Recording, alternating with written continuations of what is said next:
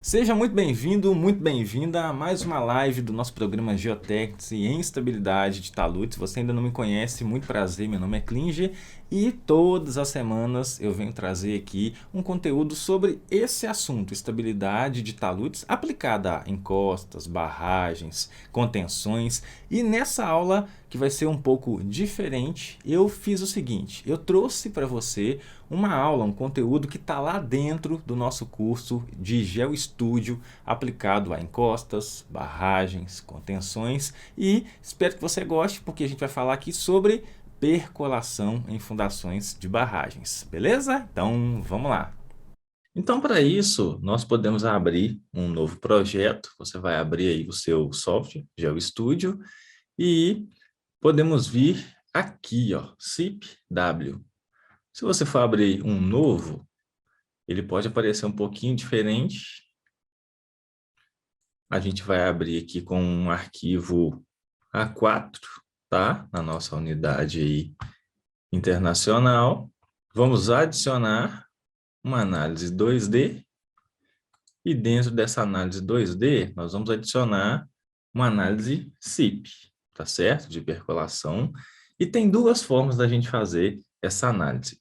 Uma análise em regime de fluxo permanente e uma análise em regime transiente, beleza? Então, aqui você vai ter um reservatório na sua cota de projeto, na sua cota maximorum, mas não vai haver nenhum rebaixamento ou enchimento de reservatório. Nós vamos analisar com o nível d'água naquela cota específica e, a partir daí, você vai ter um caminho, né, de percolação, uma rede de fluxo, seja pela fundação, seja pela barragem, né, pelo aterro de uma barragem, seja por dentro de uma encosta, enfim.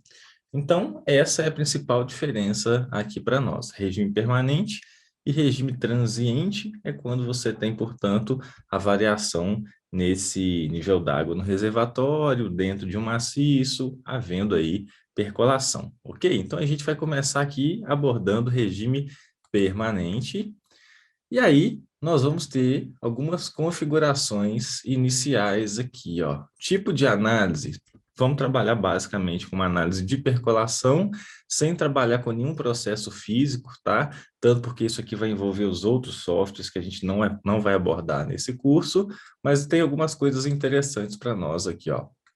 Em relação à água, você vai inserir as constantes físicas, na verdade vai inserir não, né? Ela já vem aqui, ó, peso específico da água e, não sei se você vai lembrar, mas lá da mecânica dos fluidos, é estudado isso aqui, né? O módulo volumétrico do poro fluido. No caso aqui da água, é essa pequena constante aqui, 2,08, né? Vezes 10 a menos 6, kPa, e já vem por default, então a gente não vai precisar mexer. Se você for trabalhar aí com rejeito, e aí sim, né, você vai buscar esses valores aqui, ó.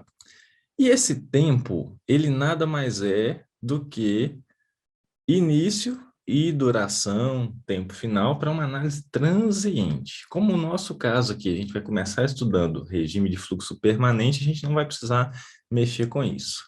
Ainda aqui na aba de água, nós temos algumas configurações de convergência, que também é uma coisa mais avançada, depois a gente pode voltar aqui, mas basicamente esse default já nos atende para regime, lembrando, permanente, ok? Então, vou dar um nome aqui para esse arquivo, vou chamar de análise percolação 1, ok? Se você quiser acompanhar comigo aí os nomes, beleza. Então, aqui a gente vai fechar, você vai observar que a aba é exatamente igual à do Slope W, tanto que a gente tem como fazer, né, uma conexão com outras análises aqui, então ela é basicamente a mesma coisa. Joia, o que que a gente vai fazer nesse exercício é um exemplo muito semelhante a esse aqui, ó. Você vai até encontrar esse exemplo também na internet, o pessoal da Federal do Ceará tem um exemplo desse no YouTube muito semelhante, então a gente vai abordar aqui alguns conceitos de percolação. Lembra de rede de fluxo lá da mecânica dos solos, basicamente, em uma análise de percolação, nós podemos determinar cargas e pressões, vazões, gradientes, podemos calcular a vazão que passa por toda uma fundação de uma barragem de concreto, a vazão que passa por dentro de uma barragem, um aterro, né? Então, uma estrutura aí de terra, e podemos, com isso, dimensionar todo um sistema de drenagem interna, depois conciliar isso lá com uma análise de estabilidade, podemos calcular as pressões em cada um dos pontos. Isso aqui, ó, é uma abordagem de elementos finitos, ok? Se eu buscar aqui, ó, eu vou conseguir visualizar a minha malha de elementos finitos. E aí nós temos alguns tipos de elementos para trabalhar aqui dentro do CIP. Então, basicamente, é disso que a gente vai estar tratando nesse módulo. Beleza? Então, vamos lá dar início. É o seguinte, nós vamos traçar aqui uma fundação de uma barragem de concreto e vamos analisar a percolação por dentro dessa fundação, tá? Considerando aí, portanto, né, uma barragem de concreto como impermeável.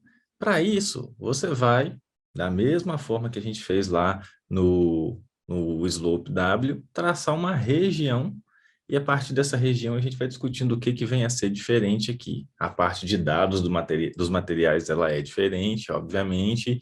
E então vamos lá. Ó. Eu vou começar aplicando uma região. Tá? A gente já estava trabalhando com essa abordagem, pulando, né, aquela parte de inserir ponto a ponto. E como é uma região simples, também vou preferir fazer aqui manual em vez de importar lá do AutoCAD. Você vai plotar comigo os seguintes valores. 0, ponto e vírgula 0, está lá a nossa origem. Depois, 53, ponto e vírgula 0. Nós vamos traçar uma fundação aqui de 10 metros, ok? Então, 53, ponto e vírgula 10. Depois, 33, ponto e vírgula 10, 33, ponto e vírgula 8, vamos colocar 2 metros aí de base dessa barragem, depois 20, ponto e vírgula 8, 20, ponto e vírgula 10, e aí a gente fecha aqui, ó, 0, ponto e vírgula 10 e 0, ponto e vírgula 0. Tá aí a nossa região, tá? Vai ser a fundação da nossa barragem. Ok, então nós vamos desenhar uma barragem aqui, ó, de concreto, só que ela não vai fazer parte do nosso estudo. Então, o que a gente pode fazer? Você pode muito bem aplicar, né, essas linhas aqui, ó, desenhar uma barragenzinha aí. Eu vou trabalhar com um reservatório de 8 metros de altura nessa análise, então vou colocar uma barragem aqui de 10 metros, 2 metros aí de folga. Então, ela vai ser isso aqui, ó. Você pode ir traçando novas linhas, tá? Ó, esse aqui vai ser o meu desenho da barragem. Você fica à vontade aí para fazer o seu, né? Mais bonito que o meu, de preferência. Ok? E aí a gente vai colocar 8 metros de lâmina d'água aqui. Como é que a gente faz para inserir uma linha de forma mais bacaninha? Em vez de vir direto aqui, ó, em aplicar, a gente vai vir aqui em desenhos, ó. Linhas. Aí ele vai aparecer um menu aqui, ó. Com a espessura da linha. Olha lá, ó, com a cor. Então vou colocar um azulzinho aqui, ó. E aí eu aplico. São 8 metros de lâmina d'água. Então o nível do terreno está na cota 10, porque a gente começou o modelo lá em 0. E vou colocar aqui, ó, em 20, ponto e vírgula 18. Levo só uma linha aqui para poder representar. Dou um botão direito, pronto. Vamos definir os materiais aqui, ó. Na verdade é só um material, né? Poderia até colocar outras camadas aqui, mas para a gente poder representar a rede de fluxo, tirar alguns valores aqui interessantes para nós, eu vou deixar só uma fundação homogênea, e nós vamos em dados, materiais, e vamos adicionar um novo material aqui, ó. Adicionar, vou colocar o nome de fundação. Vou deixar essa cor amarela. Modelo do material. É um material que ora vai estar saturado, ora não saturado, ou é um material totalmente saturado? Como a gente está trabalhando aqui com fundação de uma barragem, eu vou considerar esse material totalmente saturado. Beleza. Da mesma forma que a gente tinha lá no slide 2, qual é a condutividade hidráulica de entrada no nosso modelo? É a condutividade na horizontal. Você vai entrar com dados aqui, ó, de teor de umidade volumétrico desse material, compressibilidade, questões de anisotropia, e você pode ou não inserir aqui uma poropressão inicial. Não é o nosso caso. O que a gente vai fazer é inserir essa condutividade hidráulica. Nós vamos adotar uma condutividade de 2 vezes 10 a menos 8 metros por segundo. Então, posso colocar simplesmente assim, ó, 2 é de exponencial, né, ou de 10 elevado a menos 8. E aí, essa unidade já está lá em metros por segundo. O que vem a ser esse teor de umidade volumétrico? É um índice físico que, na verdade, a gente não utiliza tanto lá na graduação, né, lá na engenharia civil, ambiental, até mesmo na geologia, engenharia de minas, ou geológica, né? Que ele nada mais é do que o volume de água em relação ao volume total. Beleza? Então, teor de umidade volumétrico não é a mesma coisa que teor de umidade do solo ou natural, que vai ser massa de água sobre massa dos grãos. O teor de umidade volumétrico, que vai ser correlacionado com poropressões na hora que você estiver fazendo uma análise em solo não saturado, ele vai ser o volume de água em relação ao volume total desse solo. Ok? Então, pensa comigo. Para o caso de um solo saturado, o volume de vazios é igual ao volume de água. Então, eu posso muito bem falar que esse teor de umidade volumétrico é a mesma coisa que a porosidade do solo para um solo saturado. Vamos relembrar índices físicos? O que era a porosidade? É o volume de vazios em relação ao volume total de um solo, de uma amostra. O que era o teor de umidade? Era massa de água em relação à massa dos grãos. O nosso caso aqui, ó, é um teor de umidade volumétrico. Vou representar com uma letra θ. Vai ser volume de água em relação ao volume total. Sendo assim, para a condição saturada, onde o grau de saturação é igual a 100%, que essa pelo menos é uma consideração nossa, que o nível d'água, ou melhor, que o solo abaixo do nível d'água ele está saturado, né? Então, o que vai acontecer? O volume de vazios é igual ao volume de água. Ou seja, esse cara é igual a esse cara para que condição? Para a condição saturada. Ok? Então, beleza. Se você tem aí uma caracterização do material, esse teor de umidade volumétrico aqui você pode utilizar como sendo a porosidade. Beleza? Então, para esse exemplo aqui, eu vou usar, por exemplo, 50% de porosidade, representando, então, o nosso teor de umidade volumétrico. Beleza? Ok. Então, aqui vai ser 0,4, nosso teor de umidade volumétrico. E essa compressibilidade aqui, ó, nós estamos considerando o nosso fluido como incompressível. Ou seja, essa compressibilidade vai ser zero, tá? E a anisotropia é material isotrópico KY sobre KX, permeabilidade na vertical sobre horizontal, 1. Material anisotrópico, aí esse valor aqui vai ser diferente. Joia?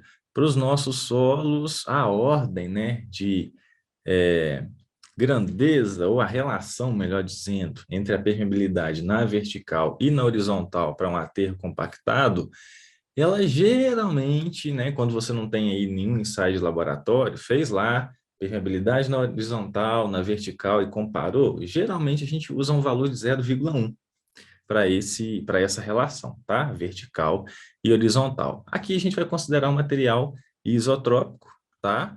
Essa rotação aqui vai estar relacionada com esses eixos, então, quando você está trabalhando com ensaio na horizontal e na vertical, isso aqui sempre vai ser considerado zero, e beleza. Então, vou fechar e vou aplicar esse meu material. Venho aqui e pronto. Está aplicado. O que vai faltar para a gente configurar? Essa aqui não é uma análise de elementos finitos, então você vai ter que configurar a sua malha. Se a gente vier aqui, ó, visualizar malha, já tem uma malha de elementos finitos lá, ó, com elementos quadrilaterais, elementos triangulares, ok? Como é que eu posso mexer nessa malha? Você pode vir aqui em aplicar, propriedades da malha, e ela vai abrir uma aba assim, ó, tamanho global aproximado do elemento, 5 metros. 5 metros é meio grandinho, né? Não sei se você já passou lá pelo módulo, pelo minicurso de RS2, mas a gente poderia melhorar isso aqui colocando 1 metro, colocando meio metro e testar, ok? Opções para discretização da malha. Nenhum, e nem deixa, né? Porque se eu quero fazer uma análise de elementos finitos, tem que ter malha, pô.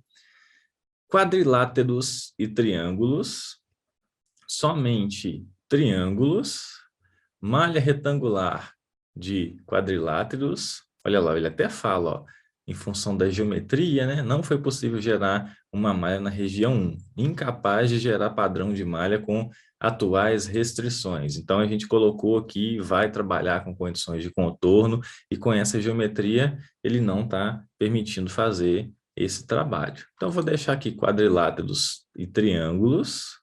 Na verdade, aqui está quadrilátero triângulos, né? Eu não sei se ele entende que esse quadrilátero vai ser transformado em triângulos ou não, mas a gente viu naquela malha mais grosseira que ele vai ter lá quadriláteros e triângulos. Então, é o default do programa, você pode mexer aqui com somente triângulos, e a gente pode também trabalhar com um refinamento dessa malha. Posso vir aqui em elementos, ó, e ele vai falar. Elementos quadrilaterais, de quantos nós? 4 ou 9. Elementos triangulares. Então, a gente também tem a possibilidade de escolher até mesmo a quantidade aí de nós por elementos. Beleza? E aqui, ainda em relação ao comprimento, você pode não apenas usar um tamanho padrão, mas também trabalhar com uma razão do tamanho padrão, algumas configurações mais específicas de refinamento. Quando a gente tiver mais de uma camada, a gente volta para melhorar isso aqui. Bom, beleza. Então, tá lá, configuramos a princípio a nossa malha. E como que o CIPW vai trabalhar? O que a gente quer fazer nesse caso? É simular uma percolação do nosso reservatório, né? Água passando pela fundação e saindo aqui a jusante. Vamos supor, então, que a gente queira uma lâmina d'água de 8 metros e essa água vai sair aqui no nível do terreno. Essas aí são as condições de projeto. O que a gente vai fazer, então? O CIPW vai trabalhar com esse tipo de análise em termos de cargas totais. Então, a gente vai definir condições de contorno aqui no nível do terreno, ao longo dos taludes de uma barragem, caso estejamos fazendo aí uma análise em um aterro, tá? Em uma barragem de terra, enrocamento. Então, o que a gente vai fazer? As condições de contorno. Vem aqui em dados, condições de contorno, e ele já traz por default duas condições de contorno. Uma de drenagem, assumindo essa condição de contorno em algum lugar do seu modelo, você vai estar falando que aquela é a seção, é a linha que vai receber a água que está vindo da barragem. E zero pressure é a condição de pressão zero. Então, o que que acontece? Na prática, geralmente, essa de drenagem a gente aplica em um filtro e essa zero pressure em pontos específicos desse filtro para garantir aquela drenagem de projeto. Então, é você pegar o que que você quer que aconteça lá no campo, aquilo que a condição de execução vai te garantir e simular ela aqui dentro do software. Joia? O que que a gente vai fazer? Adicionar uma nova condição de contorno. Ó. E eu vou chamar essa condição aqui, ó, de carga total na montante. Vocês já vão entender por quê. O tipo vai ser carga total de água. Tá, ó, você tem tipos diferentes aí. Nós vamos trabalhar com carga total de água. E aqui, qual vai ser a carga total assumida na montante? Vai ser 8 metros? Não. Vamos lá, ó. Nosso modelo começa aqui, ó, né, na coordenada 0, 0. Para vencer essa altura da camada, eu venci 10 metros. Esse ponto 8 aqui é a coordenada 0 e 10, ó, né? E para chegar aqui no reservatório, mais 8 metros. Então, aqui você tem 18 metros de carga total. Já vou explicar melhor isso aqui para a gente relembrar lá os princípios na mecânica dos solos. Vou colocar uma corzinha azul. Então, beleza, ó, já tenho a minha condição de contorno na montante. Depois eu vou adicionar mais uma nova condição de contorno, ou eu posso simplesmente, como eu estou com essa aqui selecionada, ó, adicionar e clonar. Então, nessa clonagem, o que que a gente vai fazer? Vou colocar aqui a minha carga total, ou minha condição de contorno, a jusante. Vou definir uma corzinha para ela, vai ser... Vamos colocar um verde aqui bacaninha. Ok. E aí, essa jusante, ela não vai ter 18 metros de carga total. Ela vai ter apenas 10 metros. Tá? Apenas 10 metros. E vamos ver isso aqui então, ó. Vou colocar aqui 10 metros. Então é o seguinte, eu tenho lá da mecânica dos solos, carga altimétrica, carga piezométrica e carga total. Você lembra o que é cada uma delas? O que é carga altimétrica? É a diferença da sua referência, do seu nível de referência e um ponto considerado. Então, vamos supor aqui, ó, que o meu ponto de origem do desenho seja 0, 0. A minha carga altimétrica nesse ponto 8 aqui, ela vale quanto? Ela vale essa altura, que é 10 metros. Ficou ruim, né? Ó, ela vale aqui 10 metros. Agora, quanto que eu tenho de coluna d'água acima desse ponto 8? Eu tenho aqui, ó, mais 8 metros. Isso em toda essa minha linha aqui, ó, o nível do terreno. Enquanto a carga altimétrica no ponto 8 e nível do terreno, aqui a montante, é igual a 10, a minha carga piezométrica, que é a minha carga de pressão, é a minha podopressão expressa em metros de coluna d'água, ela vale o quê? Vale 8 metros de coluna d'água. Sendo assim, quem que é a carga total? Lembra? É carga altimétrica mais carga piezométrica, ou seja, 8 mais 10, 18 metros de coluna d'água. Bom, e depois que essa água percolar pela fundação da barragem, o que que a gente vai ter aqui, ó? Aqui você tem a pressão atmosférica. Todos esses 8 metros de carga vão se dissipar por essa fundação. A água vai sair aqui no nível do terreno, então eu tenho que nessa cota, né, nesse nível do terreno, a carga altimétrica ela continua valendo 10, só que a carga piezométrica ela é zero. A pressão acima daquele ponto é zero, né? E sendo assim, a carga total vai ser igual a quanto? 10 metros de coluna d'água, tá? Então, isso aqui é uma questão de mecânica dos solos, de percolação. Se você tem dúvida nisso aqui, eu te recomendo alguns livros, como Curso Básico de Mecânica dos Solos, do Carlos de Souza Pinto, Fundamentos de Engenharia Geotécnica, do Braha, entre outros, Caputo, Craig, tá? Qualquer livro de mecânica dos solos vai ter isso aqui bem explicadinho. Bom, beleza.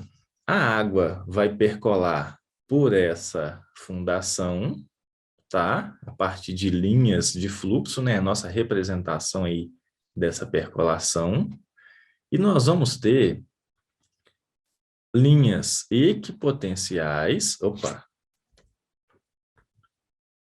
linhas equipotenciais aqui, que representam para nós o lugar geométrico de mesma carga total.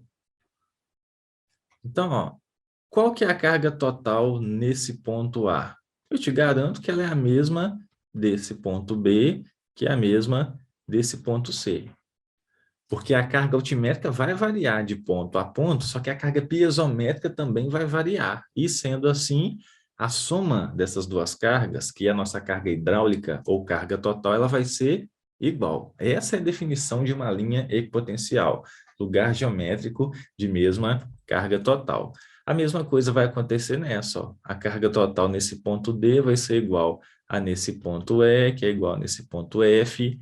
A carga altimétrica varia, a piezométrica varia, só que a total vai ser igual. E assim por diante. A gente vai ver aqui que é possível se traçar uma rede de fluxo para cálculo de vazão dentro do software, não mais fazendo isso à mão, né? Como a gente acabou fazendo aqui, ó, isso aqui é uma rede de fluxo que vai te dar a possibilidade de calcular a vazão. Isso é lei de Darcy, né? Aplicada aí a fluxo bidimensional. A vazão vai ser igual à perda de carga total no sistema, no nosso caso, 8 metros aqui pela fundação, vezes a condutividade hidráulica, ou coeficiente de permeabilidade, vezes NF sobre ND. Quem que é NF? Número de canais de fluxo. Ó. Isso aqui é um canal de fluxo, isso aqui é um canal de fluxo, isso aqui é um canal de fluxo e assim por diante. Esse aqui é um canal de fluxo. É o espaço entre duas linhas de fluxo. Agora, o que é um ND? É um número de faixas de perda de potencial. Então, uma molécula de água que tiver nessa linha equipotencial, ao passar pela fundação até chegar nessa segunda linha equipotencial, ela está perdendo carga. Então, ela vem perdendo carga. Ou seja, essa região é uma faixa de perda de potencial. Desse ponto para esse, ela vai continuar perdendo carga, então aqui também é uma equipotencial e assim por diante. Quantas equipotenciais, quantas linhas de fluxo você vai utilizar no seu modelo? Isso é uma questão de formar quadradinho e colocar uma circunferência lá dentro. É a teoria do professor Arthur Casagrande, lá de trás, para te dar uma forma aproximada de calcular essa vazão e cargas e pressões. Ok? Então, basicamente, essa é a nossa teoria, e agora a gente vai ver como fazer essa análise de percolação propriamente dita. Vamos lá. Então, a gente viu por que aqui a carga total vai ser de 18 metros, enquanto aqui na jusante ela vai ser de 10. Tudo é por conta da nossa referência 00. Beleza? Então, vamos lá. Eu vou vir em aplicar, condições de contorno, e aqui estão 4 condições de contorno, 2 já existentes, tá? De pó a pressão zero e de drenagem, não vamos mexer com elas agora. E eu vou aplicar essa condição de contorno de montante, que está configurada com 18 metros de coluna d'água, e não vou colocar ela aqui no nível da água, não. Ela vai ser colocada sobre o meu terreno de montante, tá? Sobre o meu nível do terreno aqui, ó. Vou fazer a mesma coisa com a jusante, que é de 10 metros de carga total. Vou dar um pique aqui e pronto. É disso que a gente precisa. Com isso, o software entende que essa região está sobre 18 metros de coluna d'água, essa região está sobre 10 metros, e aqui é uma região considerada nula ou impermeável, né, no nosso caso. Sendo assim, a água vai percolar por aqui, ó, tá? Da região de maior pressão, maior carga, para a região de menor carga. Ah, Clinge, mas lá no meu projeto eu estou prevendo aí uma lâmina d'água de 0,5 metro, a jusante da barragem. Beleza, então você vai colocar aqui 10,5, né? Você vai adicionar aí esses 0,5 metro, sem problema. E joia. Então, o que que a gente fez? Configuramos o material, colocamos as propriedades aí hidráulicas, tá? Configuramos a nossa malha, estava uma malha mais grosseira, a gente deu uma aumentada no número de elementos aqui, uma densificada nesse número de elementos. Configuramos as nossas condições de contorno e agora você vai simplesmente salvar esse arquivo e vai compilar. Então, pode salvar aí, dá o seu nome de análise de percolação. Vou colocar aqui, ó, análise percolação 1, tá? Vai ser o nosso exemplo aqui, ó. Vou salvar e vamos iniciar essa compilação. Olha lá, ó. Já terminou, ó. Esse aqui são os vetores, ó. Se você tiver com vetores maiores aí, é por causa do tamanho do elemento, tá? Aqui da malha, ó. Lembrando que a gente já tinha refinado isso. Eu posso omitir esses vetores. E aí você vai observar que o desenho da barragem sumiu, né? Se você quiser adicionar, você pode vir aqui e adicionar ele, ó, sem problema. Não é sempre que some, não. Tem vezes que some, tem vezes que não some, mas tudo bem. Pronto. Tá ele ali. Vou deixar azulzinho mesmo. Beleza. Como que eu faço para ver uma rede de fluxo aqui? Você vem aplicar isovalores, hora total head, tá? Ó, parâmetro de análise, pressão, parâmetro carga total de água, e você também pode ver aqui, ó, a pressão, olha lá, ó. Vou deixar em carga total de água, vou fechar, vou tirar essa minha malha, não quero ver a malha, e olha o que que a gente tem aqui, ó, as equipotenciais, ó. Beleza? Tá, Clínis, mas eu queria ver a rede de fluxo. Tá faltando aqui as linhas de fluxo. O que que a gente pode fazer? Você pode inserir essas linhas de fluxo. Você vem aplicar caminhos de fluxo. Então, em cada ponto que você clicar aqui, ó, vai surgir um caminho de fluxo. Para a gente tentar simular da melhor forma possível um cálculo de vazão a partir daquela equação de Darcy, eu vou tentar formar quadradinhos aqui. Então, a gente já tem as equipotenciais, e para eu tentar formar quadradinhos, né, se você lembra lá da teoria, lá de Casagrande, a gente vai tentar colocar uma linha de fluxo que tente formar uma perpendicular com essas equipotenciais. Então, vou tentar colocar uma aqui, ó, aí ele vai traçando, ó. Outra aqui, outra aqui, outra aqui, mais uma aqui. Olha que legal, né? Tá lá. Beleza. O que que mais eu posso ver de informação? Se você vier em aplicar, identificação dos isovalores e clicar sobre essas equipotenciais, você vai ver a carga total em cada uma delas, ó. Olha lá. Isso vale para a poropressão. Ó, né? Você pode dar um pique em uma região específica, daqui a pouco você vai ver, para ver essa poropressão, a vazão, tá? Olha aí, ó. Olha que bacana. Aqui, no nível do terreno, a carga total é 18. Enquanto aqui ela é 10. E você está vendo aqui, ó, uma perda de carga hidráulica de 0,5 metro por faixa de perda de potencial. Por que disso? Vamos lembrar lá da teoria? Lá na teoria, a gente sabe que o gradiente hidráulico em uma rede de fluxo, ele vai ser igual à perda de carga total sobre o número de faixas de perda de potencial. Então, nós temos aqui, ó, 18 menos 10, isso aqui é a nossa perda de carga total, sobre ND. Quem que é esse número de faixas?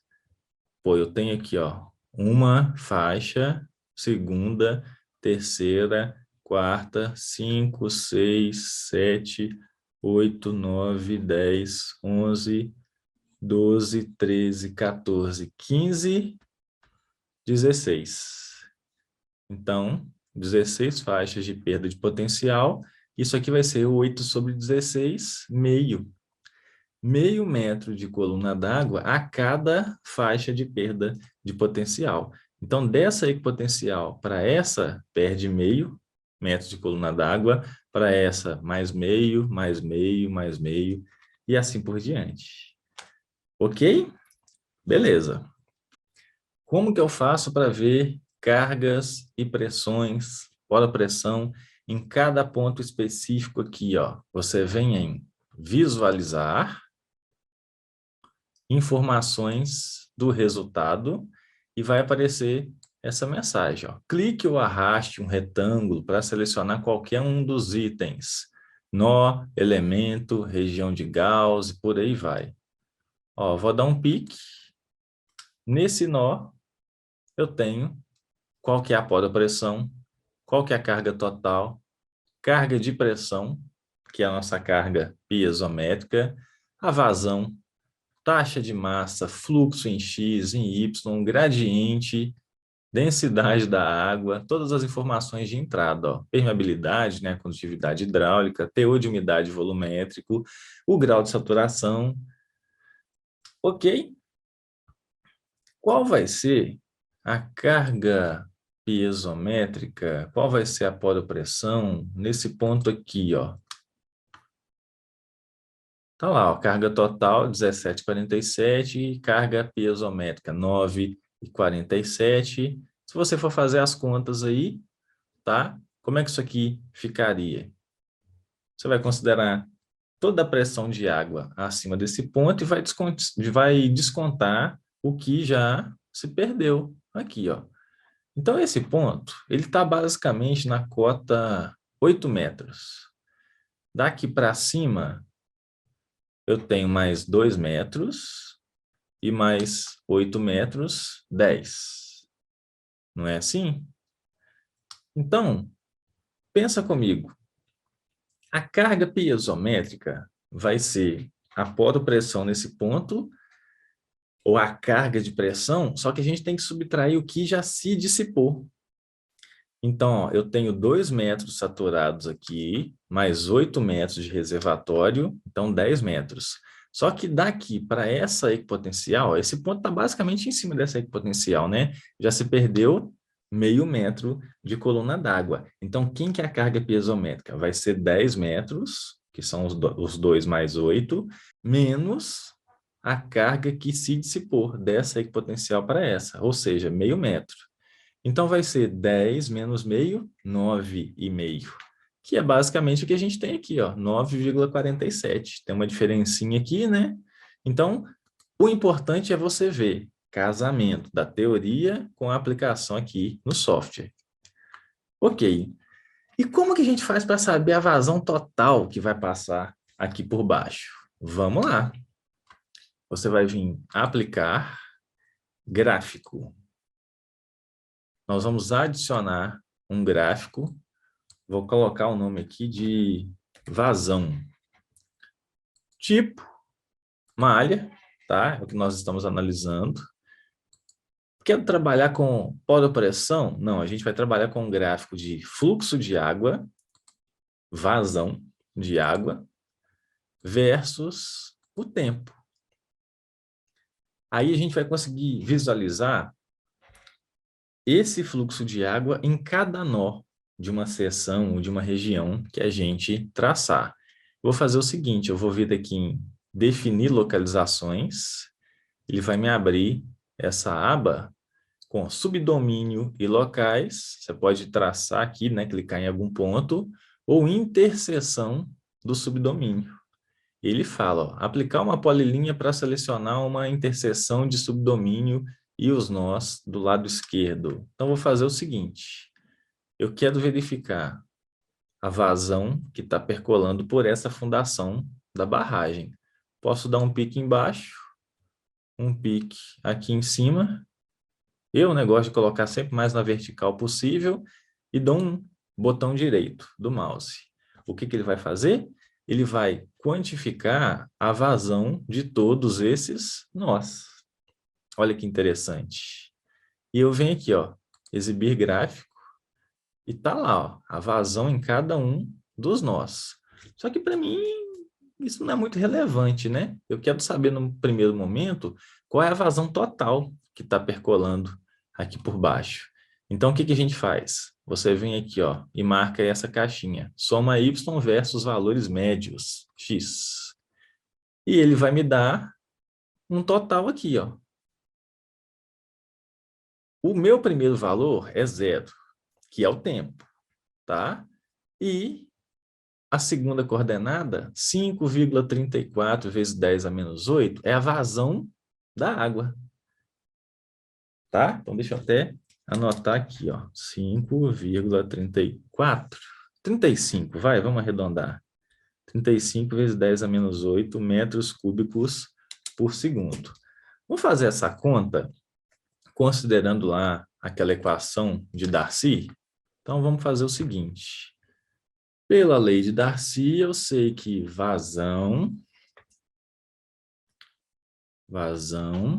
é igual perda de carga total vezes o coeficiente de permeabilidade vezes ΔH sobre, perdão, vezes NF sobre ND. Quem é essa perda de carga? 8 metros. Quem é a vazão? Quem é o coeficiente de permeabilidade?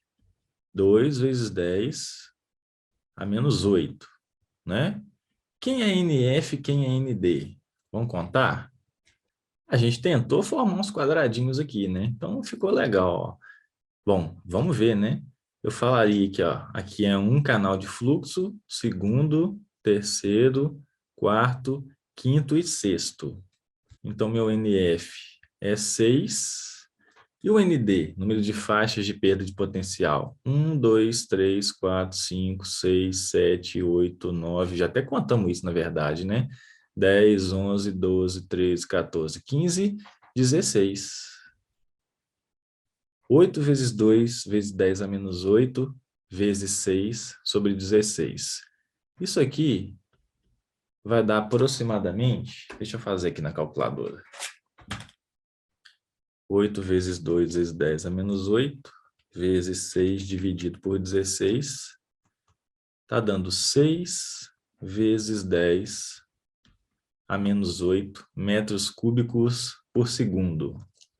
Enquanto aqui no software, que é uma modelagem numérica, né, ele vai tender a ser muito mais preciso do que essa equação, que depende de você formar quadradinho ou não, deu lá 5,35, não é? 5,35, 10 a menos 8 metros cúbicos por segundo. Então, você vê que está relativamente próximo, tá? Nós estamos comparando aqui método de elementos finitos com a nossa equação aqui do processo gráfico, lá de Casagrande, e isso, obviamente, vai ter uma diferença. É a mesma coisa quando você compara fator de segurança pelo método de elementos finitos com método de equilíbrio limite, sempre vai ter alguma diferença aí, tá? Isso também pode depender da sua densidade de malha, da precisão de malha, mas ok. Na prática, esse valor, né, está um pouco diferente desse. Tem tanta influência?